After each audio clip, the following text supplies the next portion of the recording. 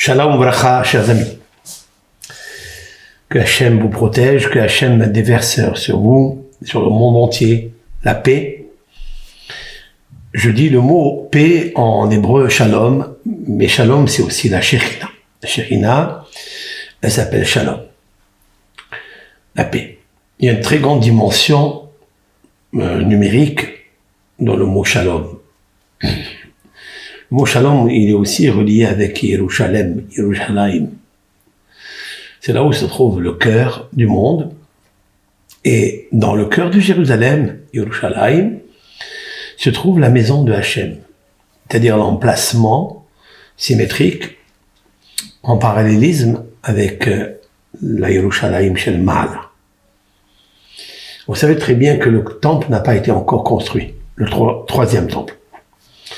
Et nous savons que nos sages ont pleuré énormément. Pourquoi le temple n'est pas encore construit? Ça veut dire que le mal est dévoilé. Et lorsque le mal est dévoilé, c'est un signe que le bon, que la lumière est voilée.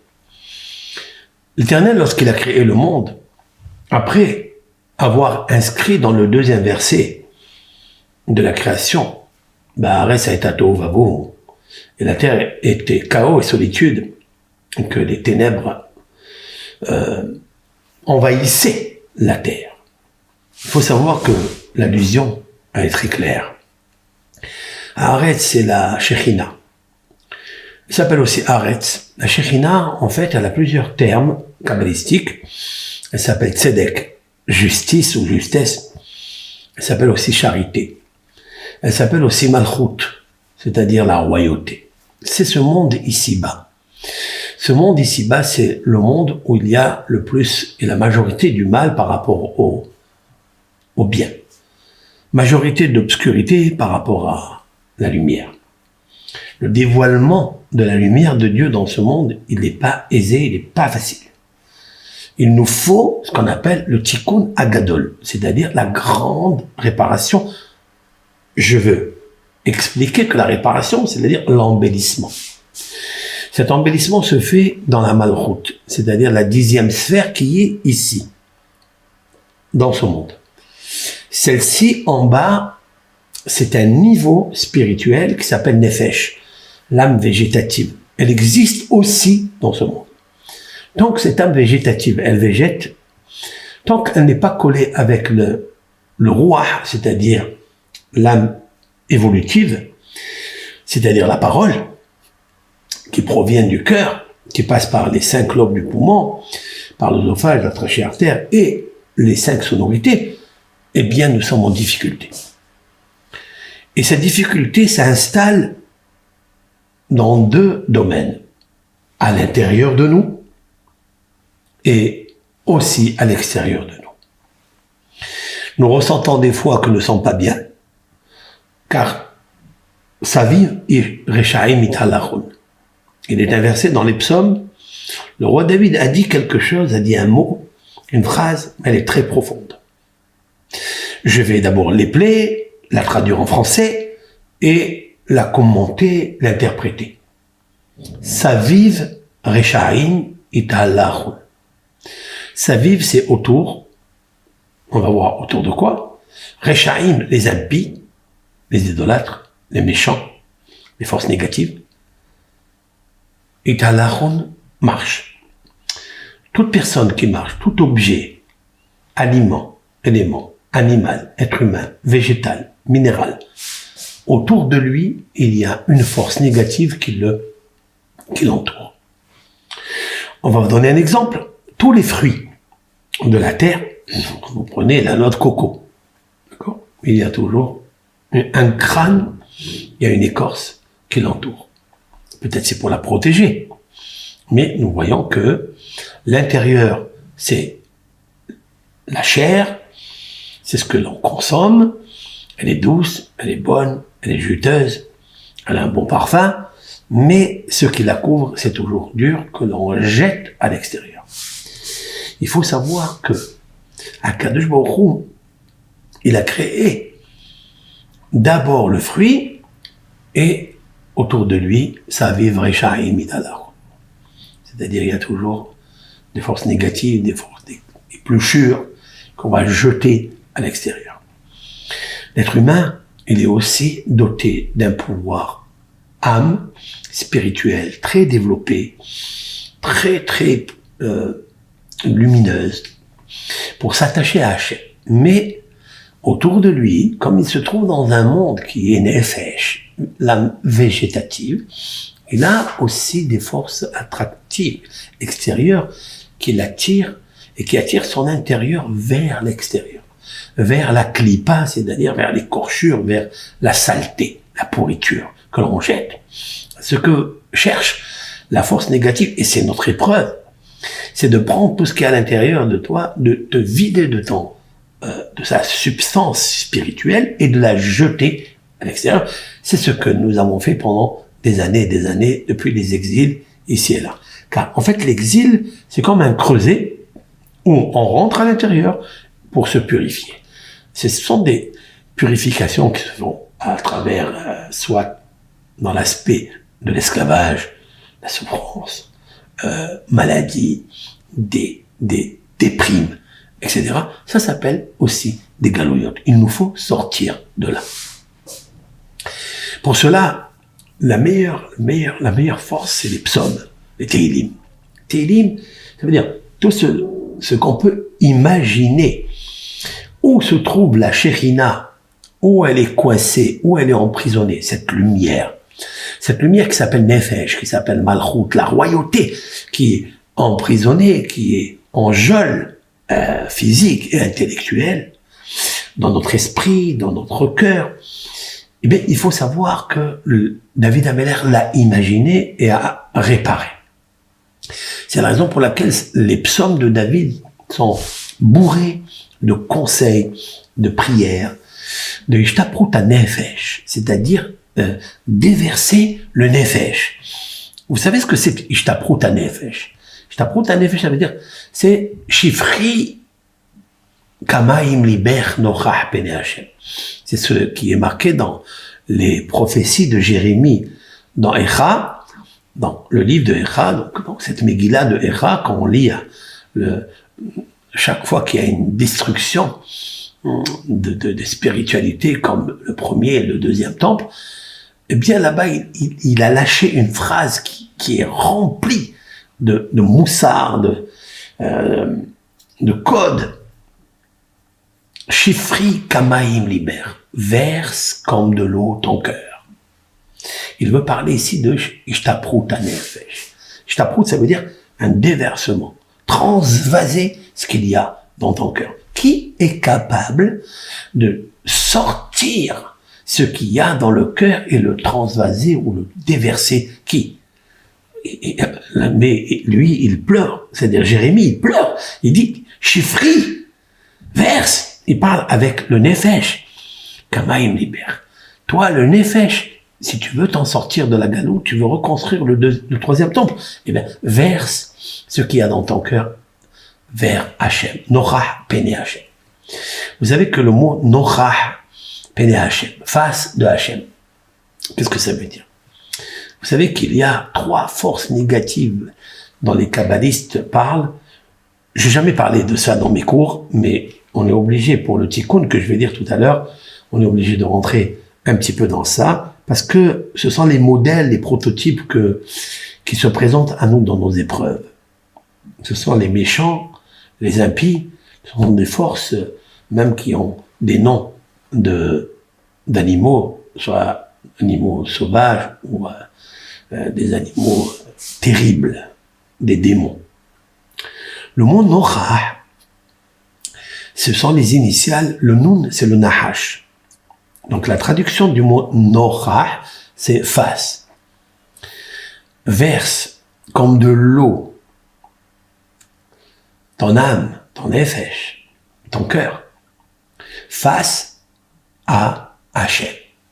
Et le mot Nochach, il aurait pu s'écrire Lifne Hachem, devant Hachem, qui est le mot qui est familier à nous dans la Torah. Le mot Nochach, il veut dire des choses. Il veut dire quelque chose de terrible, de très puissant. Sur ça, on doit travailler. Il faut savoir que, avant d'atteindre Dieu, avant que ta prière, elle monte, elle soit exaucée, il faut d'abord éliminer 3 forces écorces négatives très puissantes. Nocha. Donc vous avez 3 lettres. Le Nun, c'est Nahash, c'est le serpent. Après, vous avez le Chaf, c'est le Kelev. Kaf, Kelev. Et le Het, c'est le Hazir, qui est le porc, ou bien le Hamor, qui est l'âne. Ce sont 3 bêtes qui sont interdites à la consommation. Et pas seulement cela, c'est qu'elles font du mal dans le monde. Elles sont là dans ce monde de Nefesh, de Malchut, parce qu'elles ont, elles aussi, un royaume impur, un royaume où ils veulent commander le monde entier. Quand je parle du monde entier, c'est-à-dire toutes les vibrations, toutes les cellules, aliments, éléments, végétal, minéral, animal, être humain, ils veulent tout commander. Nochah. Nochah, Nun, Nahash, le serpent. Alors, ils sont différents dans leur forme, ils sont différents dans leurs mœurs, et chacun a un caractère spécifique. Il nous faut nous battre avec ces 3 dimensions négatives. Le serpent, le Nahash, le Chaf, c'est le Kelev, c'est le chien, et le Het, c'est soit le porc, le Hazir, comme il se prononce, Hazir, ou bien le Hamor qui est l'âne. Bien sûr, j'ai cité ici 3 lettres, mais 4 animaux. Et ces 4 animaux représentent en fait des exils. Et vous savez, où ils sont pointés, où ils sont postés, où ils ont leur demeure, où ils ont leur royaume, vous le savez où? Ils sont pas loin de nous. Ils sont pas très loin de nous. Ils sont pas dans le ciel. Ils sont pas dans la mer. Ils sont pas sur la terre. Ils sont dans le cœur. Et ici. Et ils sont là. Ce sont les 4 animaux qui forment le prépuce de notre cœur. L'excroissance de notre cœur. Si des fois, nous sommes des menteurs, si des fois, nous avons du venin dans la bouche, si des fois, nous parlons à la médisance, si des fois, nous avons une faucille, nous avons du poison, parce que nous avons une langue fourchue, comme celle qui est le poison fourchu, aiguisé du serpent. Et c'est lui qui parle en nous et de l'intérieur de nous. Ça s'appelle le Nahash, le serpent. Bien sûr, si nous avons des fantasmes, si nous avons des miroitages, il vient de là, comme le Nahash. Ça, c'est Aleph. La deuxième chose, c'est le Kelev, le chien. Le chien, il a 2 forces. Sa spécificité, c'est qu'il aboie. Il aboie, il est audacieux, il est effronté, il est azpanim, c'est-à-dire c'est un visage qui n'a peur de rien lorsqu'il aboie. Et la deuxième chose, c'est qu'il est orgueilleux. L'orgueil. Notre orgueil, notre effronterie ou effrontement, ou bien notre audace, vient justement de l'excroissance qui s'appelle le Kelev à l'intérieur de lui. Celui-ci, il est encore plus posté dans le lève. Kemolev. Kelev, Kelev. Il est comme le lève. Lorsque lui, il est dominateur, c'est lui qui dompte ton cœur positif, il devient audacieux, il devient... Alors, c'est pas ça, c'est que quand il est seul, quand il est individuel, quand il est singulier, on peut encore le combattre. Mais si il est associé, s'il fait ce qu'on appelle un zivoug, s'il fait une association avec le Nahash, waouh! On va dire le Nun et le Rav, ça fait Néré, ça veut dire que tu deviens handicapé. Ça veut dire qu'il t'handicape complètement. Il t'enlève toute la substance lumineuse. Yomer Elohim, Yehi Or, Yehi Or. T'enlève la force de Elohim. Tu ne peux pas voir comme il faut, et à ce moment-là, tu peux tomber. Parce que le nach, c'est Nun et Chaf, c'est le Nahash et le Kelev qui a en toi. L'orgueil, l'audace qui vient du Kelev. Le miroitage ou bien le fantasme, toutes les mauvaises pensées, il vient de serpent. Et tous la shonara, les mauvaises langues, les mots qui vexent, qui humilient, qui font honte, et ça vient du Nahash. Et les deux associés, ça fait une bombe atomique à l'intérieur de l'homme. Maintenant, lorsque ces deux-là, ils commencent, parce que c'est les deux qui commencent, le Noun, il est en premier. Lui, il est comme ça, en slalom, il t'amène dans des chemins torpilleux, comme il fait. Et des fois, il t'encercle. Hein, vous avez vu déjà des cobras ou des gros serpents qui entourent des éléphants, qui entourent même des lions, qui les emprisonnent, qui les étouffent. Mais c'est lui qui commence à étouffer l'homme. Il commence à lui tourner autour du cœur. Comme ça, il crée une carapace autour du cœur pour ne pas que les paroles de Dieu, que les versets de Dieu, les prières que tu pries à Dieu puissent rentrer à l'intérieur de ton cœur.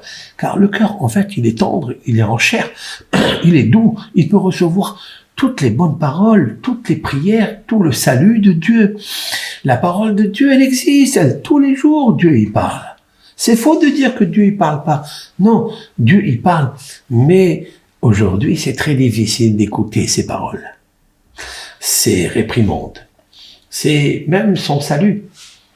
Eh bien, le sauvetage ne se fait que lorsque le cœur reste tendre. Mais si le serpent, il a déjà entouré le cœur, il lui crée la carapace comme la noix de coco. Hein? Ah, ton cœur, il est extraordinaire.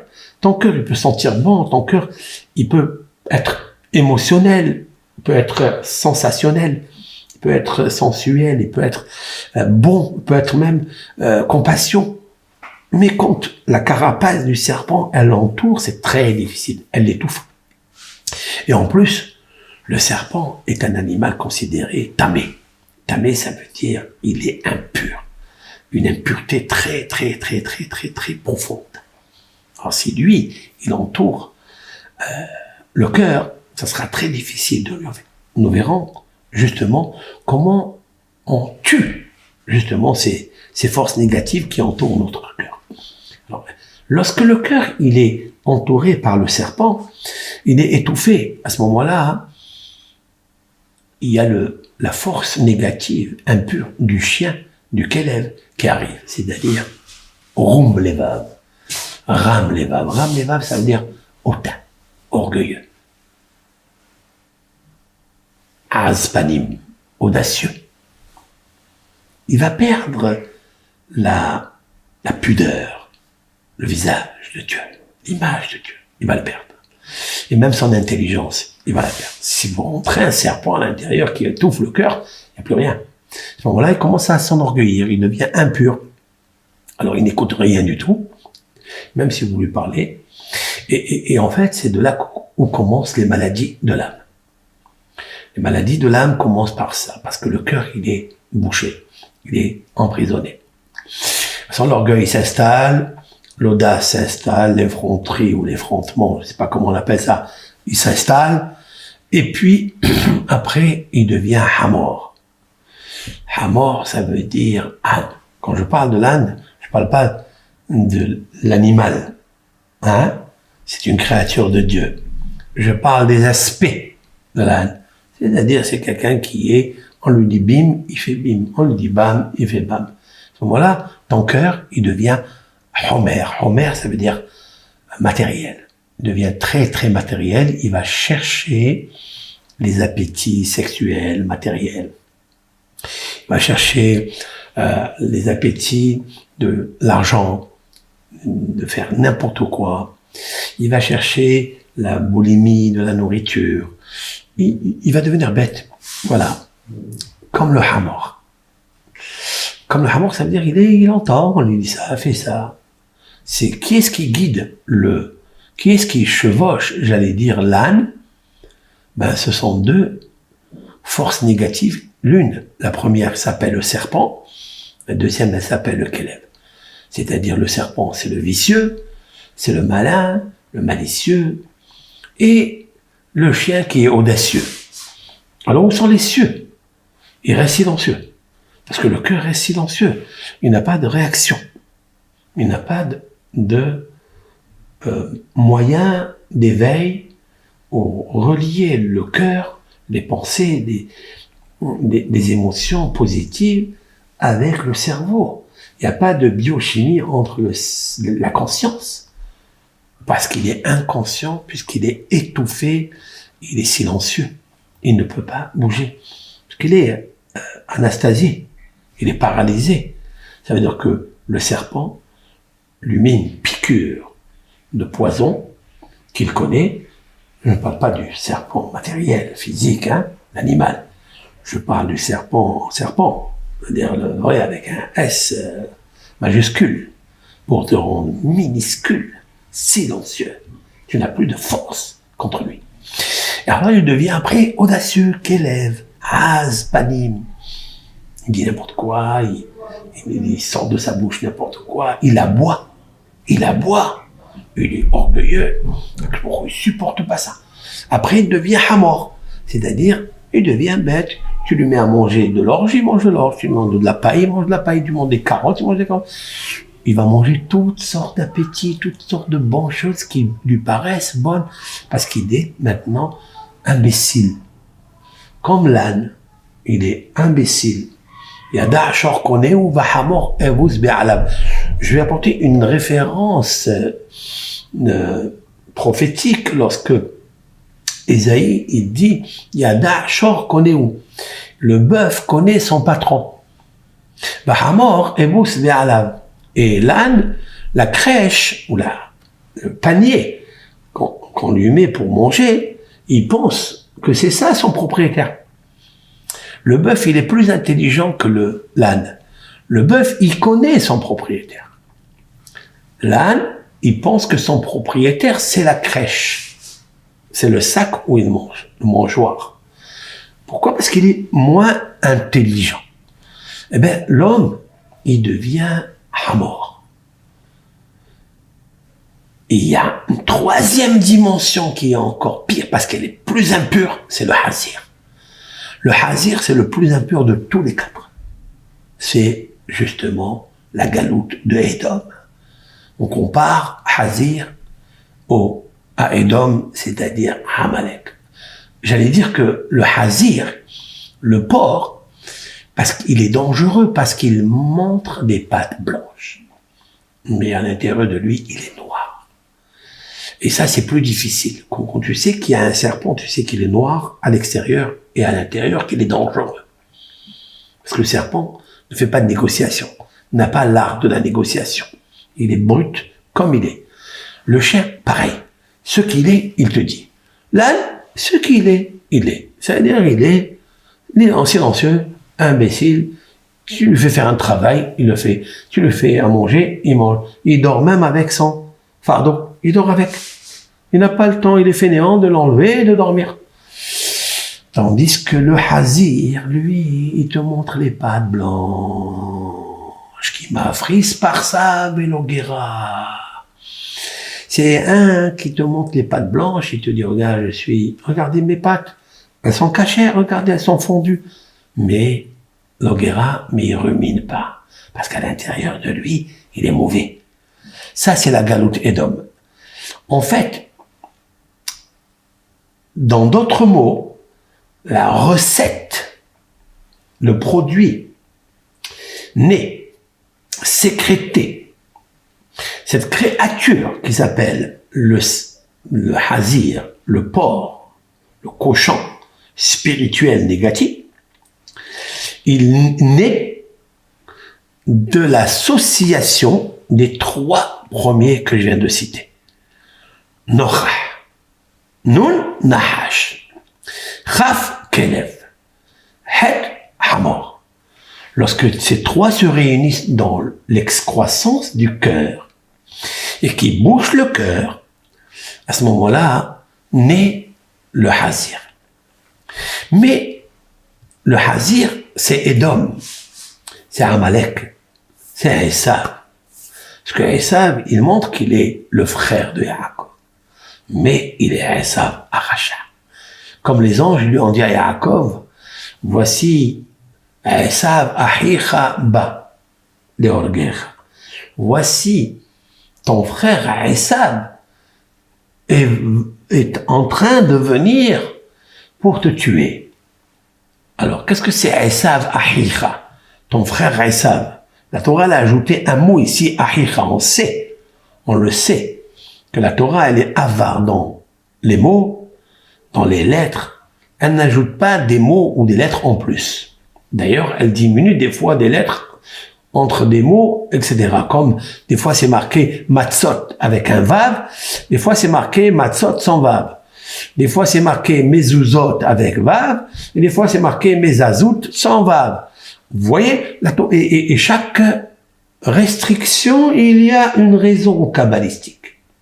Il nous faut la chercher, il faut l'étudier, il faut demander à Hachem qu'est-ce qu'il veut quand il marque cela rempli et cela vide. Pourquoi? La même chose ici. Il faut savoir que, en fait, le Hazir, c'est lui, Esav Ahicha. Parce que Esav, oui, c'est son frère. Mais la Torah, elle a ajouté ce mot Ahicha pour te dire, il se conduit avec toi comme ton frère, mais il t'aime pas comme Esav. Comme il a dit Rabbi Shimon bar Yochai, Bayadoua, il est connu, Halacha, c'est une loi dogmatique. Esav sonnait de Yaakov. Esav déteste Yaakov. Point à la ligne. Maintenant, le Hazir, c'est la génération où nous sommes. C'est la génération qu'on n'a pas encore réglé le problème du Hazir. C'est-à-dire, nous avons, nous aussi, une force de flatterie. Nous montrons des pattes blanches, mais notre cœur n'est pas avec nous. D'ailleurs, dans le psaume 12, le roi David a fait allusion à cela. Il a dit que cette génération-là, il parle des grandeurs, et il parle de la médisance. Il a fait référence au chien, c'est de parler d'audace. Qui est notre roi? Qui est notre Seigneur? Il a fait référence aussi à la médisance, la Shon Medaberet Gedolot, c'est-à-dire le chien, il aboie, il est orgueilleux et audacieux. Et il a fait allusion aussi à la langue mielleuse. Il a parlé aussi Belev, Valev, Yedaberun, Belev, Valev, je traduis, avec le cœur et avec le cœur. C'est quoi? Belev, Valev. Pourquoi deux fois? Une fois avec bête, Belev, avec le cœur, Valev et sans le cœur. Il nous sage de dire ce qu'il a dans le cœur, il l'a pas dans la bouche. Ce qu'il a dans la bouche, il n'a pas dans le cœur. Ça veut dire, il se comporte avec toi comme ton frère, mais à l'intérieur de lui, il est mauvais. Et pourquoi? Parce que c'est l'association des trois premières forces négatives supra-anges, très terribles, nucléaires, mauvaises. Là, le défaut, la carence du fantasme, de la médisance, de la langue mielleuse, la force négative du chien, l'aboiement et l'orgueil, et aussi la course au plaisir charnel, et le hamor. Cela, ces deux-là, ils anesthésisent le cœur de l'homme à le rendre bête, sot. Voilà, imbécile. Il devient homer. Homer, homriout, veut dire matériel, physique. C'est matériel, c'est-à-dire tout ce qui est bas. Nefesh. Nefesh, c'est ça. C'est ce royaume dont je parle, moi. C'est un royaume spirituel, mais il est très très bas. Et puis ces trois, en même temps, donnent une créature nouvelle. Celle qui est en même temps les pattes blanches la langue mielleuse.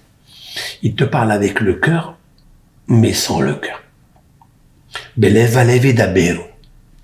Et le roi David, dans ce psaume, il prie, il dit, Yachrek Adonai kol sifte halakot. L'Éternel n'a qu'à retrancher. Il prie.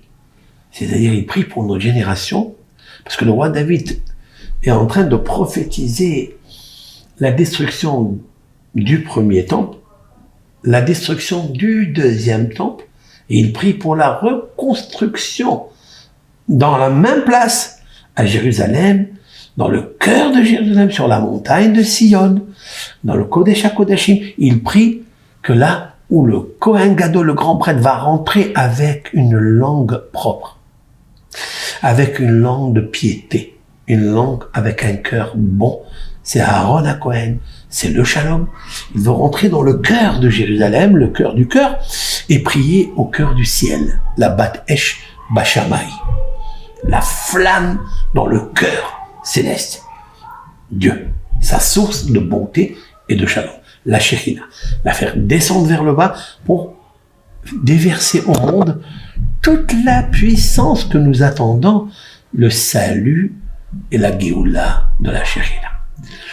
Et là, il n'arrive pas. Il sent qu'il va y avoir des difficultés. Ce sont nos difficultés. C'est la désinformation plus que la guerre physique des armes. Voilà. C'est tout. Montrer des pattes blanches, c'est la désinformation. En te disant que je t'aime, en te disant ceci, cela, mais le cœur n'y est pas. Parce qu'il faut travailler pour obtenir un niveau spirituel dans le cœur. Madrigat alev, moah velev, le cerveau et le cœur, sagesse, habad, hurma, bina, ta'at. Il nous faut acquérir cette sagesse de plénitude, cette intelligence tranquille, cette force de l'amour qui est dans le da'at, c'est-à-dire l'union. C'est tout ce qui est magnifique, ce que Dieu a attendu de nous. Bien entendu, nous nous sommes étendus et maintenant nous sommes tendus. Nous sommes étendus dans les galouillottes, dans les exils, on ne sait pas. En itanu yodeh adma. Personne ne peut savoir jusqu'où va aller cela. Un dit la bombe atomique, la guerre nucléaire, l'autre il dit le Mashiach il est là, l'autre il dit ça. Tout ça c'est bien. Il nous faut prier, comme dit les Mfarshim, le Gaon Ben Ishai, Alav Shalom, le Baal Tanya, le Rabbi Shlomo Miladi, il l'a dit, qu'il nous faut prier pour la Géoula, pour la délivrance. Mais de quelle délivrance s'agit-il? Ça n'est pas la délivrance de toi pour sortir de ta souffrance. Ne prie jamais à ça. Car si tu te concentres pour sortir de ta détresse, de ta douleur, de tes problèmes, tu ne sortiras jamais. Et aucun ange qui va recevoir ta prière va l'amener devant le trône divin. Mais il nous faut prier pour la Géoula, sa Géoula, sa lumière, sa Shekhinah. C'est pour ça, le Baal Tanya a dit quelque chose de magnifique. Il a dit, avant de prier le matin, la Hamida, c'est-à-dire les 18 bénédictions de la Hamida, la prière à voix basse, lorsque tu es concentré en audience particulière avec l'Éternel, que le silence est complet, que même tes oreilles ne doivent pas écouter ce que ta bouche dit, seulement de comprendre ce que tu fais sortir de ta bouche, parce que ça va être silencieux. C'est un moment où tu es dans le palais du roi, face au roi, au trône divin.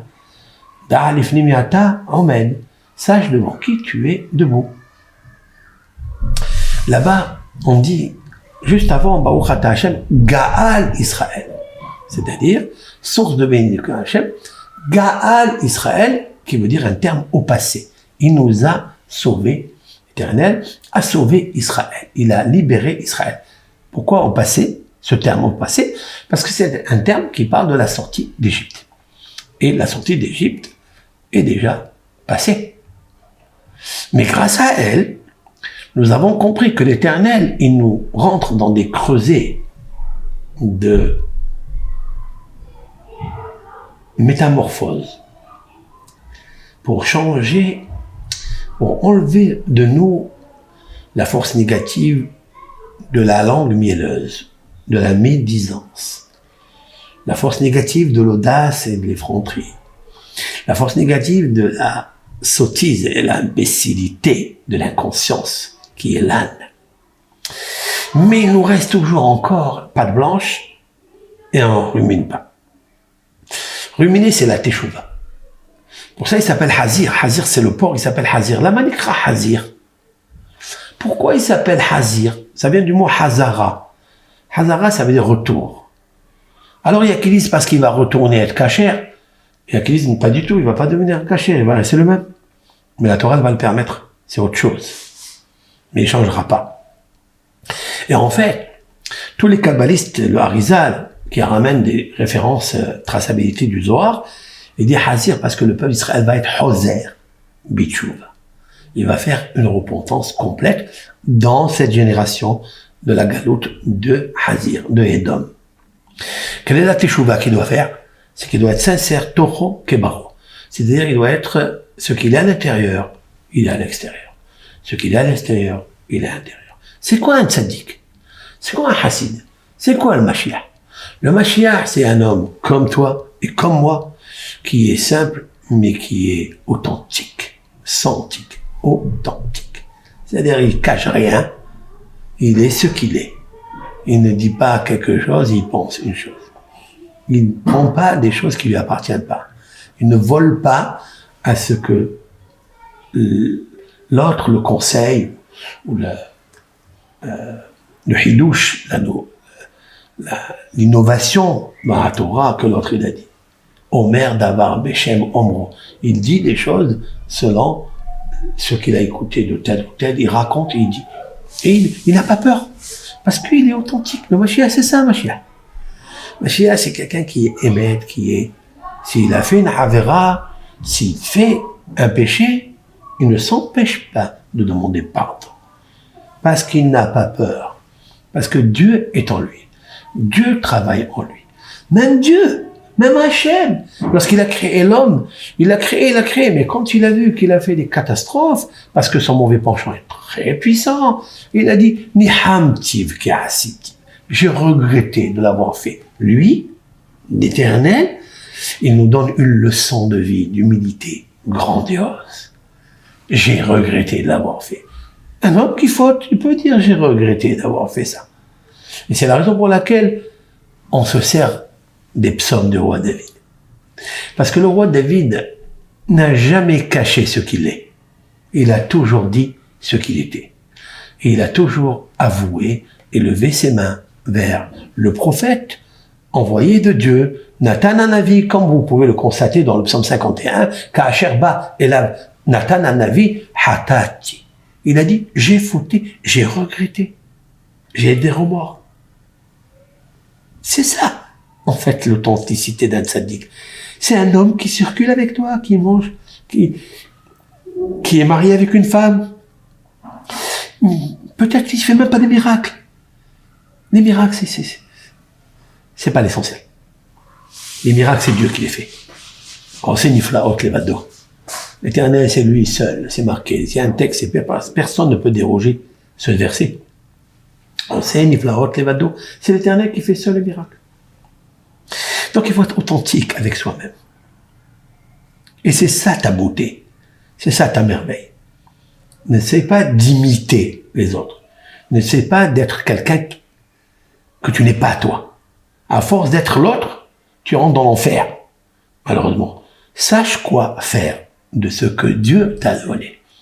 Comme a dit Benzoma dans les Maximes de nos pères, qu'est-ce qu'un homme riche? En quoi consiste un homme riche? C'est pas celui qui a des fortunes. Pas du tout. La plus grosse fortune, c'est de savoir qui tu es et être content de ta part. Alors, tu as un départ magnifique de ta vie. Ne regarde pas ce qu'il y a. Quand tu regardes l'autre, c'est que tu veux être comme lui. Tu veux être comme lui alors que tu n'es pas toi-même, tu n'as pas les moyens de l'autre, tu n'as pas l'intelligence peut-être de l'autre. Tu deviens un serpent parce que tu vas parler d'invénissance. Tu commences à fabuler, à miroiter des choses qui sont pas vraies, c'est des cauchemars après. Ça se traduit en catastrophe. Après, tu deviens orgueilleux parce que, en fait, tu n'as pas la chose et tu penses que tu l'as parce que dans ta tête, le serpent, il t'a fait miroiter, donc ils sont associés les deux. Tu deviens orgueilleux, etc. Et puis après, tu deviens bête. Après, tout le monde va ressentir qu'en fait, tu n'es pas toi-même. Et après, tu deviens hazir. Tu deviens un porc. Pourquoi? Parce que le porc, le cochon, il porte toutes les forces négatives des trois premiers. Nocha, Nahash, Keleb, Hazir, Hamor. Et c'est ça le hazir. Il va faire une flatterie à l'un pour obtenir de lui un sourire. Il va faire pour obtenir de lui un cadeau. Il va faire à celui-là. Veha mahnif en takhlit l'en'evadav. Le devoir des cœurs, Rabbeinu Behaye ben Pekuda Dayan, dans son livre Le devoir des cœurs, Havot al-Vavot, dans le Sha'ar HaBitachon, dans le portique de la confiance en Dieu. Car si tu n'as pas cette confiance en Dieu, ça veut dire la première confiance que tu dois avoir en Dieu, fais-lui confiance que comme il t'a fait, c'est le meilleur. Et tu es entre des bonnes mains. Tu as un visage comme ça, ou un nez comme ça, ou une oreille comme ça, ou une bouche comme ça. C'est pas la peine d'y aller faire l'esthétique pour aller arranger, parce que l'esthétique, c'est un tic. Garde l'éthique et l'apostrophe et ne sois jamais apostrophé. Parce que celui qui se colle à Dieu, qui est à l'image de Dieu, qui a la confiance en Dieu, il est dans l'éthique. Il est vraiment dans l'éthique et pas dans l'esthétique. Et alors, tu es toi-même, tu es authentique. Mais si tu essayes de changer, tu vas arriver à devenir un porc. Et là, tu rentres dans toutes les poubelles pour manger. Le porc, il n'y a pas un traiteur qui va lui faire à manger. Il n'y a pas des rayons dans les supermarchés pour les porcs. Je ne sais pas, peut-être que ça existe, mais on les fabrique de n'importe quelle pourriture, de n'importe quel déchet, de n'importe quelle saleté. Ils rentrent dans les poubelles, ils scrutent, ils grandent, ils mangent tout. Eh ben, tu vas manger à tous les râteliers. Mon frère, tu ne seras pas toi-même. Tu vas te rabaisser à toutes les poubelles. Voilà. Et c'est ça qu'il faut éviter. Alors maintenant, je vais vous dire ce que dit le Shla Akadosh. Vous allez avec l'aide de Hachem dans son livre Shla Akadosh, Shnei Luchot HaBerit. Alors, ce fameux Rab, il a vécu donc à Prague en 1555. Ouais, c'est ça. Grand kabbaliste. C'est la fameuse Ségoula qui sort du même auteur pour la prière du Hinour. Quand on prie à Shavuot, avant le don de la Torah, on prie pour que l'Éternel fasse en sorte qu'on devienne des érudits, des rabbins, des docteurs de la Torah, des assidus à la Torah, qui aiment la Torah, qui pratiqueront la mitzvot, de s'attacher à elle et par elle, voir la lumière de Dieu. Elle est transparente d'ailleurs, elle est authentique. Et aussi on prie pour nos enfants, qu'ils soient bien éduqués, qu'ils soient polis, qu'ils ne soient pas effrontés, comme le chien, qu'ils ne soient pas audacieux, comme le chien, qu'ils ne soient pas orgueilleux, comme le chien, qu'ils ne soient pas langue mielleuse, comme le serpent, qu'ils n'aient pas des fabulations, comme le serpent, qu'ils ne soient pas bêtes, comme le hamor, qu'ils ne soient pas hazir, comme le porc, c'est-à-dire menteur, pas authentique, contradiction entre l'extérieur et l'intérieur. Montrant une patte blanche, je suis un sadique, je prie bien, je mets les péotes, je mets le chapeau, je mets la redingote, je mets les bretelles, je mets le truc, et je me montre que je suis le rave tel et tel. Ne sois pas comme ça va rien te servir tout ça. Ça va rien te servir. Tu n'auras pas des bons abonnés. Voilà, sache-le. Regardez les abonnés de Rav Haim Kanaïbski. Regardez des millions de personnes. C'est pas tout le monde qui l'a côtoyé, c'est pas tout le monde qui est rentré dans un bicoque tellement modeste, avec un lit qui tient avec des briques. Des briques, je parle des briques de maçonnerie. De lits très simples, même comme ça. Et tout le monde a envie d'être son abonné. Il n'a jamais demandé, il n'a pas ouvert Facebook, ou n'a pas ouvert, je sais pas moi, tous les sites là qu'on connaît. Il n'a jamais ouvert pour dire qui sont mes amis. Il s'est jamais présenté en train de faire des cours comme nous on fait. Et tout le monde est allé le voir, et tout le monde veut le voir, et tout le monde va entendre de lui. Pourquoi? Authentique. Ketoro, kebaro. L'intérieur et l'extérieur, la même chose. Il n'a pas cherché de kavod, de protocole. Il a cherché une seule chose, d'étudier la Torah de Hachem. Que cette Torah, elle puisse lui transformer son caractère pour avoir un bon caractère, une gentillesse, un cœur, une douceur, pas de colère, pas d'orgueil. Il est assis à sa place. Il a demandé à personne quoi que ce soit. Parce qu'un jour, il a dit, j'ai besoin de dons, j'ai besoin de m'acheter un costume, de m'acheter un lit. Rien de tout cela. Alors, comment tu fais? Mais j'ai pas besoin. Qu'est-ce que je fais? J'ai toute la lumière que me restaure. Je suis restauré par la lumière de la Torah, par la beauté de la Torah. Mais qu'est-ce que j'ai besoin de quoi? Voilà, c'est ça. L'exemple modèle extraordinaire que l'on doit suivre. C'est ce que Dieu, il veut. Dieu, il veut un homme comme ça, sans dispute, sans casse, sans s'énerver. Tu n'as jamais vu qu'il a dit des choses contre quelqu'un, contre... Tu lui dis une question, il parle pas beaucoup. Du tout. Mais il lit beaucoup. Il pense beaucoup à l'étude de la Torah. Il aime la Torah. Comme a dit le roi Salomon dans les proverbes, le roi Salomon a dit, Dieu, il dit à chaque juif, dans l'amour de la Torah, tu réfléchiras tout le temps. Voilà. Ahavat Hashem, Ahavat Avodat Hashem. Tikkun Amidot. Le Shlach Kadosh, c'était il y a 450 années. Donc c'est un rabbin qui est né à Prague, d'accord, et en Tchéquie. Voilà. Et il est enterré à Tibériade, dans le mot à côté des grands tzadikim, Rabban Yohanan ben Zakkai, qui a vécu au deuxième temple, le maître de Rabbi Akiba, et le maître de tous les grands, Rabbi Elazar ben Orkanos, très très grand grave.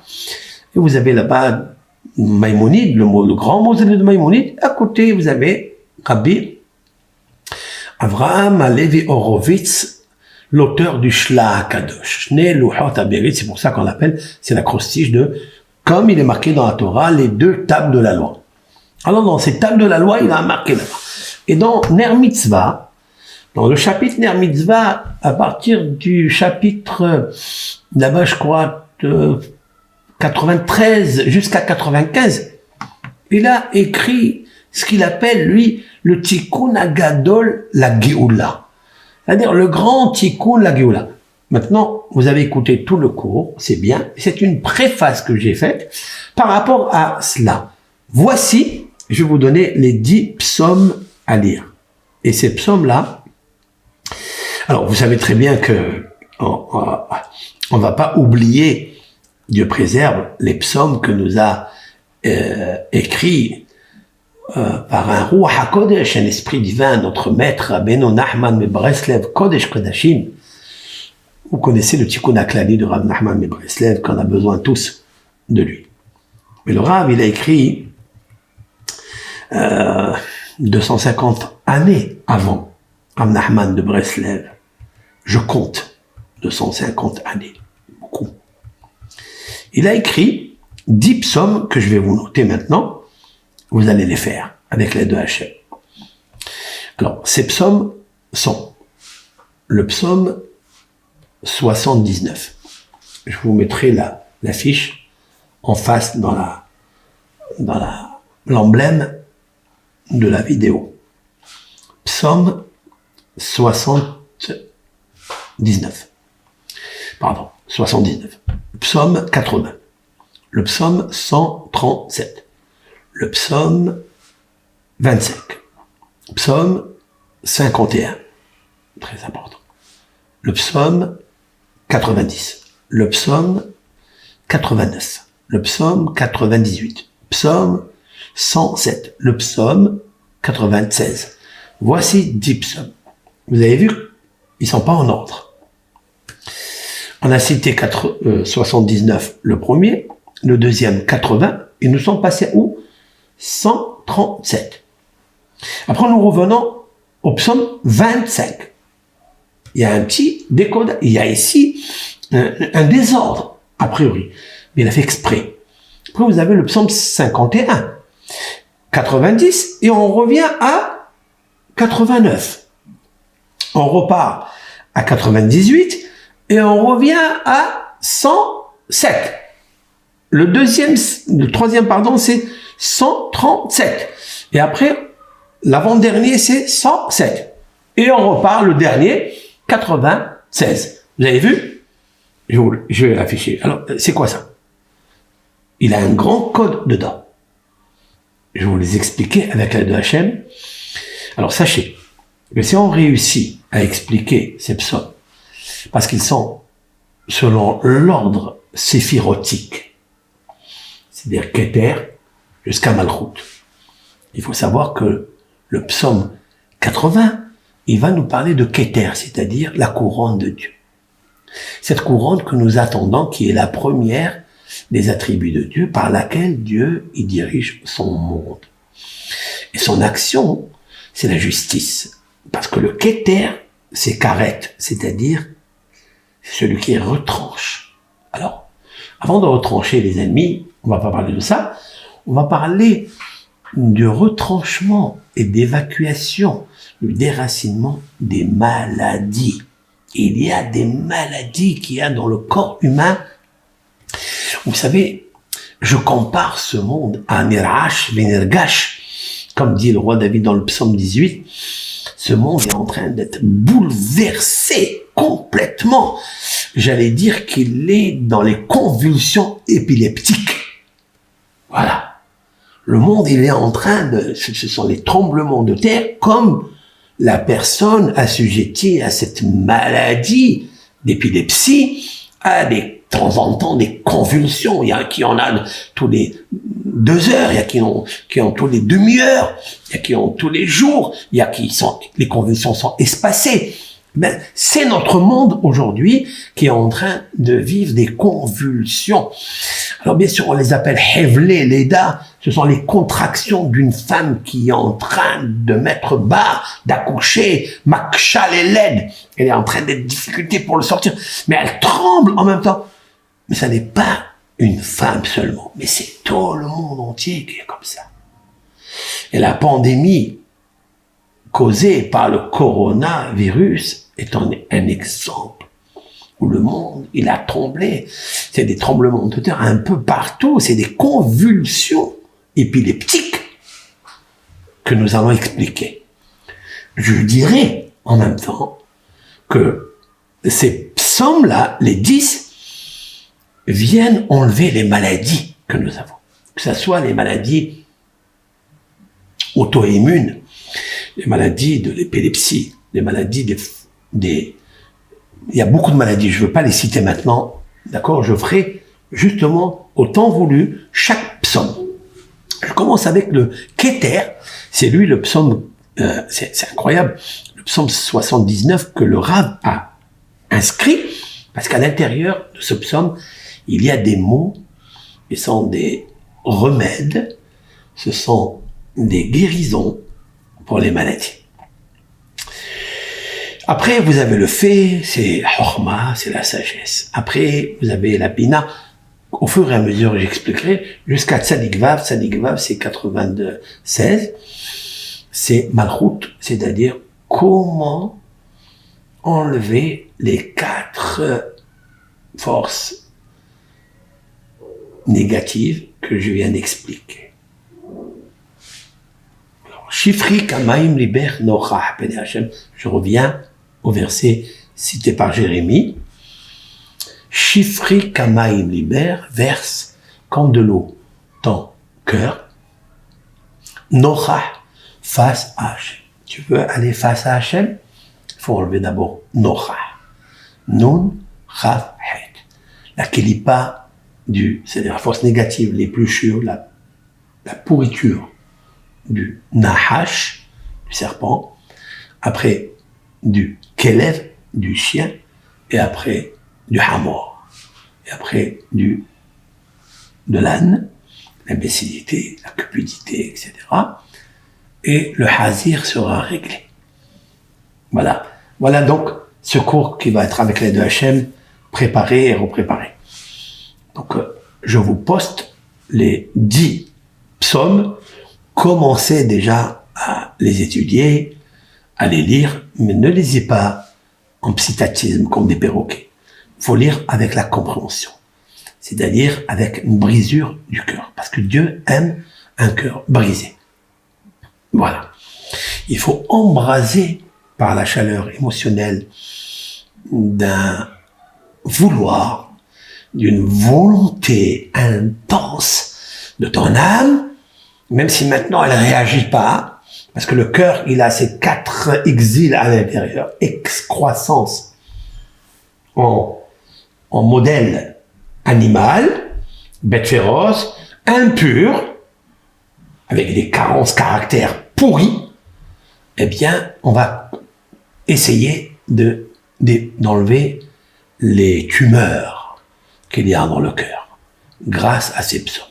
Lorsque se dévoilera le cœur comme Dieu l'a créé, comme Dieu veut qu'il soit, alors commence la lumière à éclairer dans le corps, qui est l'exil où se trouve l'âme.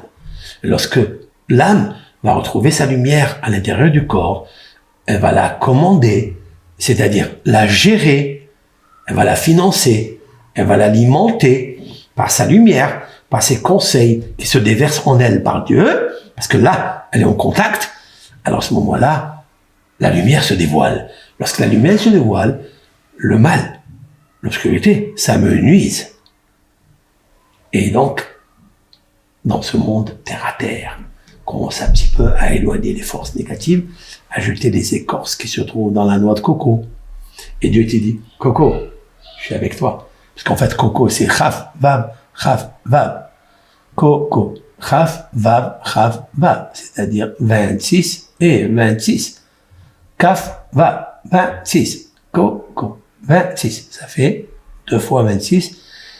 Valeur numérique 52. 52, Ben, fils. Tu es le fils de Hachem.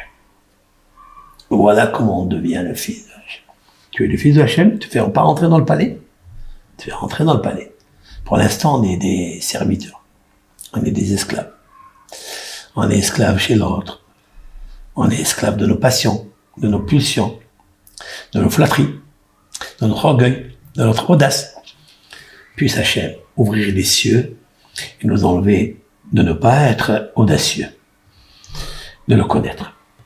Voici donc ce Tikkun Gadol la Géoula que nous a enseigné à lire Rabbeinu Akadosh Avraham Alevi Horowitz de Prague. Baal, l'auteur du Shla Akadosh. Bracha, Ve'atzlaha, Hazat Hashem. Ne négligez pas ça. Prenez ça comme la bouée de sauvetage. Pas pour être sauvé. Non. Pour sauver la Shekhina de l'obscurité. La lumière de Dieu qui est en nous. À sortir de ces 4 exils, excroissances qui habitent en nous. Nahash, Kelev, Hamor, Hazir. C'est ça qu'il faut retenir.